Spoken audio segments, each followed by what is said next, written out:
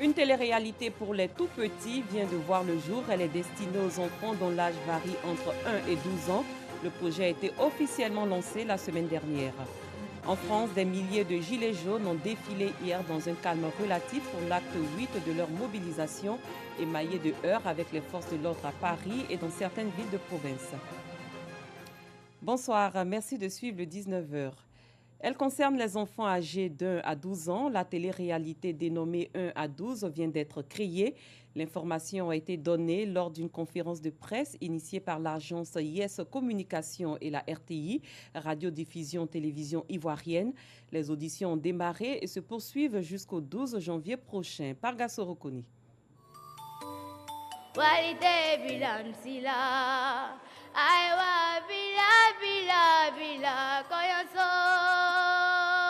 à 12, nouvelle télé-réalité destinée aux enfants de 1 à 12 ans. Elle permettra aux tout-petits de faire montre de leur talent et de leur savoir-faire en matière de chant. Mighty Lord was upon Kaimanoué, Kaimanoué,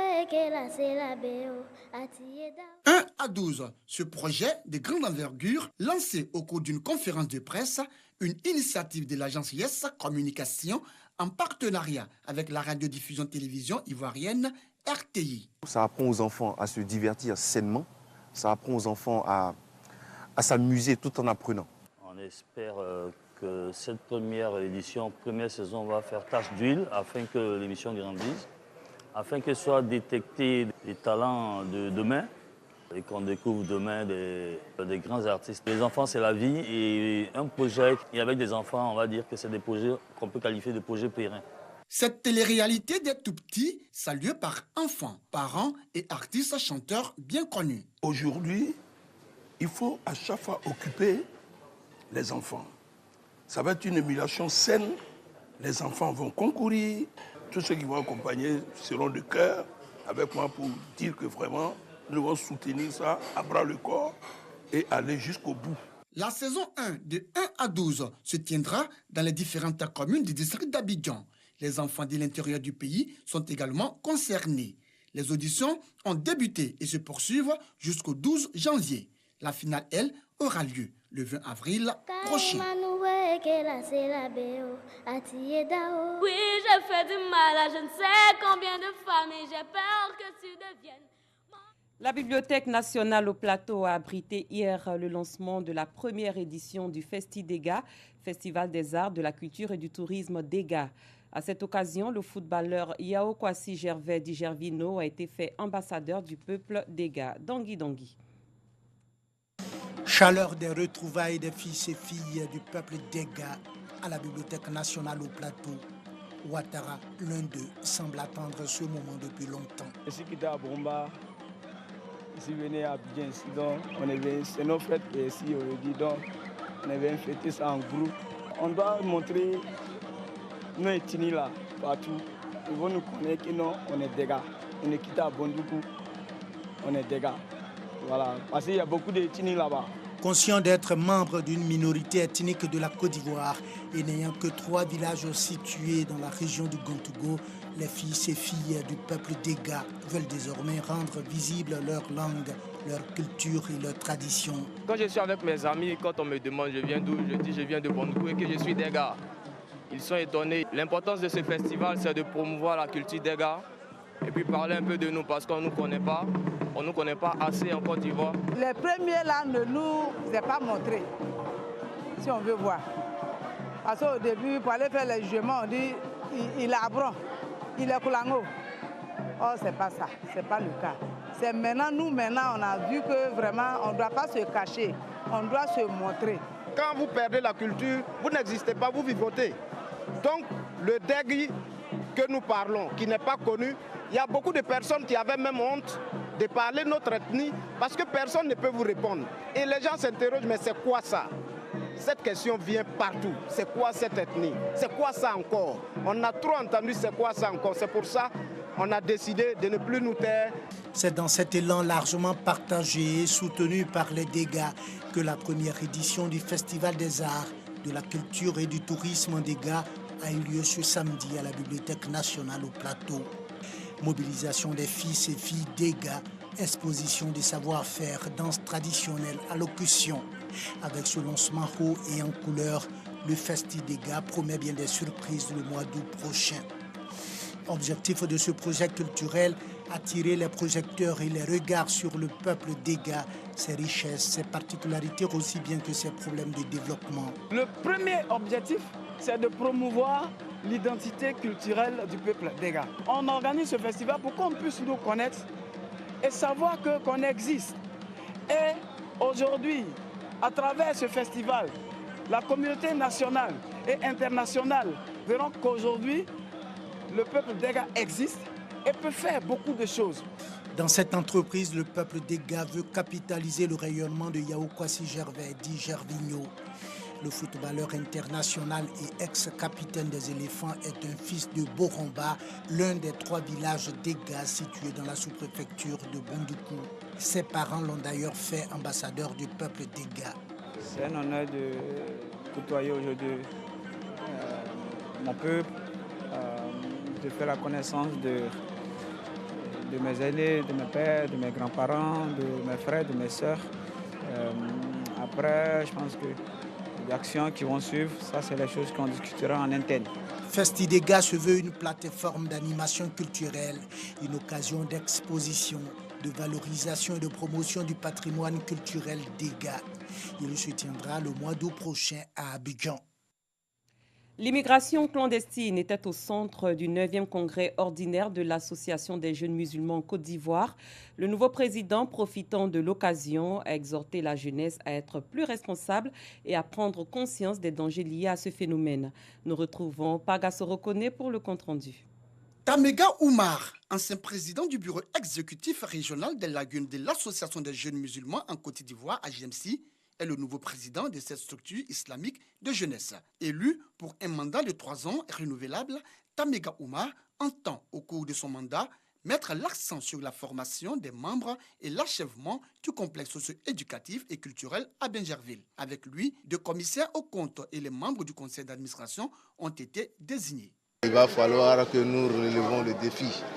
Et je crois que très bientôt, nous allons nous mettre au travail pour accomplir cette tâche-là. Le nouveau président de l'AGMC et son bureau ont reçu les encouragements et les félicitations du parrain et du président du guide suprême de la communauté musulmane de Côte d'Ivoire, par ailleurs président du Conseil supérieur des imams en Côte d'Ivoire, COSIM, Cheikh Boakari Fofana. Cette session de l'AGMCI doit être la session de la responsabilité.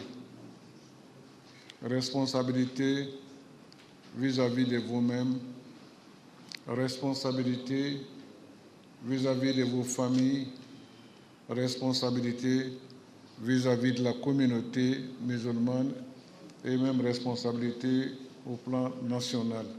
La jeunesse ivoirienne face au drame de l'immigration clandestine, une responsabilité partagée. Ce thème était au centre de ce 9e congrès ordinaire. Occasion pour parrains, guides religieux et responsables de lutte contre l'immigration irrégulière de situer les responsabilités et d'exhorter la jeunesse à être plus responsable. Créée en 1992 à Yamoussoukro, l'Association des jeunes musulmans en Côte d'Ivoire a pour mission d'assurer la formation religieuse, spirituelle et morale de ses membres, d'encadrer et unir les musulmans de tout âge, tout en leur permettant d'acquérir une culture générale, mais aussi de favoriser la coopération et le dialogue avec les autres organisations confessionnelles religieuses ou non. Toujours en religion, l'église méthodiste unie de Yopougon a célébré aujourd'hui le culte de l'Alliance, une manière pour ses responsables de promouvoir la cohésion entre les fidèles chrétiens et ceux des autres confessions religieuses. C'est reparti avec Paga Sorokone. Louanges, processions, danse des réjouissances et chants liturgiques au centre du culte de l'Alliance célébré par l'église méthodiste unie de Yopougon, camp militaire et Musilo. Responsables et fidèles de cet édifice religieux entendent à travers ce culte promouvoir les vraies valeurs de l'église méthodiste unie. La paix, l'amour, la solidarité, mais surtout la cohésion. Cohésion entre les différentes églises et cohésion entre églises et les autres confessions religieuses. La Côte d'Ivoire appartient à Dieu. Et c'est Dieu qui nous offre la Côte d'Ivoire et nous devons savoir utiliser ce que Dieu met à notre disposition. Et pour mieux comprendre cela, il faut comprendre la vie de Jésus-Christ. Nous offrons à la Côte d'Ivoire Jésus-Christ. Dans tous les foyers, dans les coins et recoins, nous voulons dire que celui qui sauve, celui qui fortifie n'est autre que Jésus-Christ, celui qui a reçu toute l'affection de notre Dieu. En lui, j'ai mis toute mon affection. Ce thème a également été développé au cours de ce culte de l'Alliance. Le thème d'aujourd'hui doit pousser les méthodistes dans leur alliance à être plus concret, à être plus vrai et à aller de l'avant. À se tenir prêt, non pas dans les détails, mais aller à l'essentiel, aller droit au but, dans leur engagement, dans leur église, dans leur lieu de service. Révérend Batekoudou Michel, pasteur de l'église, profitant de l'occasion, a exhorté les chrétiens à être des exemples dans la société et à tourner le dos à la violence et à la haine sous toutes ses formes. Le conseil du guide religieux, bien perçu par les fidèles. L'alliance qui est un mot fort parce que Christ a établi pour nous une alliance avec Dieu le Père. Et il a renouvelé l'ancienne alliance qui était devenue caduque. Il a renouvelé en nous réconciliant avec Dieu le Père. Et c'est ce message qui nous a été donné d'écouter en ce jour. L'alliance est faite par Jésus-Christ de Nazareth, paraffé par son sang qui a coulé sur la croix de Golgotha. La Bible parle de nouvelle alliance qui est bien plus meilleure que toutes les anciennes alliances qui ont eu lieu. Aujourd'hui, nous sommes dans cette nouvelle alliance, dans cette dynamique qui nous donne de marcher dans une vie de victoire, dans une vie de triomphe, pour accomplir les œuvres pour lesquelles Dieu nous a créés, nous a envoyés sur cette terre.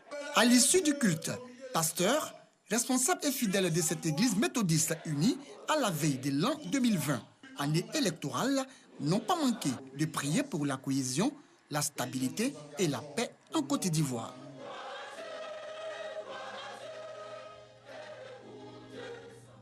À l'étranger, le président burkinabé Roch Marc Christian Kaboré a lancé hier un appel à l'unité nationale à Yirgou.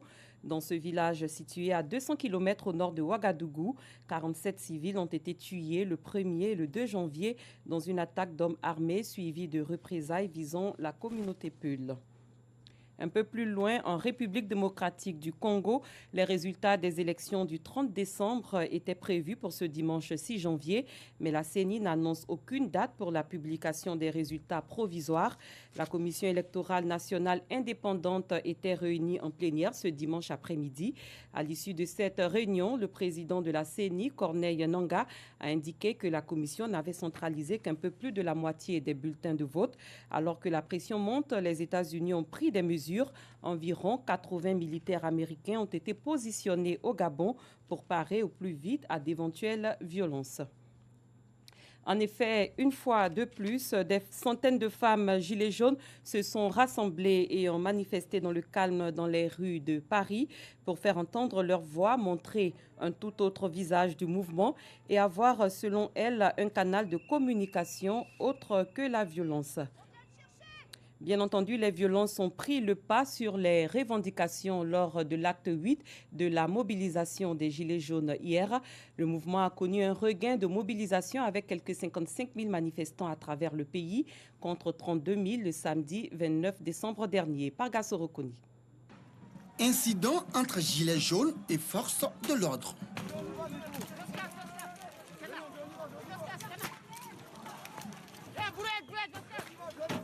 Sur les quais de Seine, près de l'hôtel de ville à Paris, les manifestants jettent des pierres. La police réplique.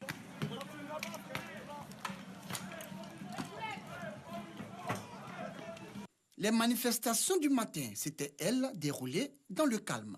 On est en démocratie, on a un droit de manifester. Ce droit, il est encadré. Bon, respectons le cadre et on voit comment ça se passe.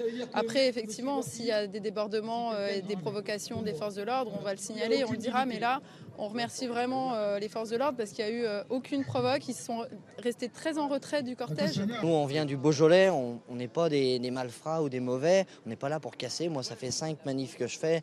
Je jette rien sur personne parce qu'en face, j'ai des papas.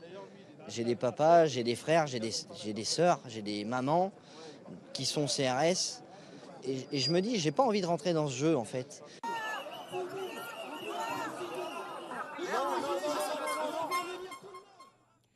Les cultivateurs traditionnels de la feuille de coca en Bolivie se sont tournés vers les pesticides pour lutter contre les attaques de mites et les champignons.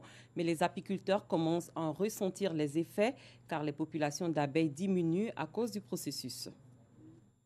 Voici l'ennemi numéro 1 des feuilles de cacao. Pour lutter contre ce petit papillon, Exalto Mamani asperge de pesticides ses champs à l'est de La Paz. Mais l'utilisation de ces produits n'est pas sans risque. On utilise les pesticides pour combattre les parasites car ils mangent le coca par petits bouts et nuisent à notre économie. Les plantes peuvent s'assécher et nous perdons de l'argent. Autre victime du pesticide, les abeilles, dont la population ne cesse de diminuer. Les abeilles qui entrent en contact avec les pesticides pulvérisés dans les champs de coca ou dans d'autres plantations comme les tomates meurent ou se perdent dans les champs et ne retournent pas à leur ruche. Avec près de 25 000 hectares de culture de cacao, la Bolivie arrive au 3e rang des pays cultivateurs de plantes. C'était le récit de Dangui Dangui. Fin de cette édition. Merci de l'avoir suivi. Passez une très bonne soirée. Au revoir.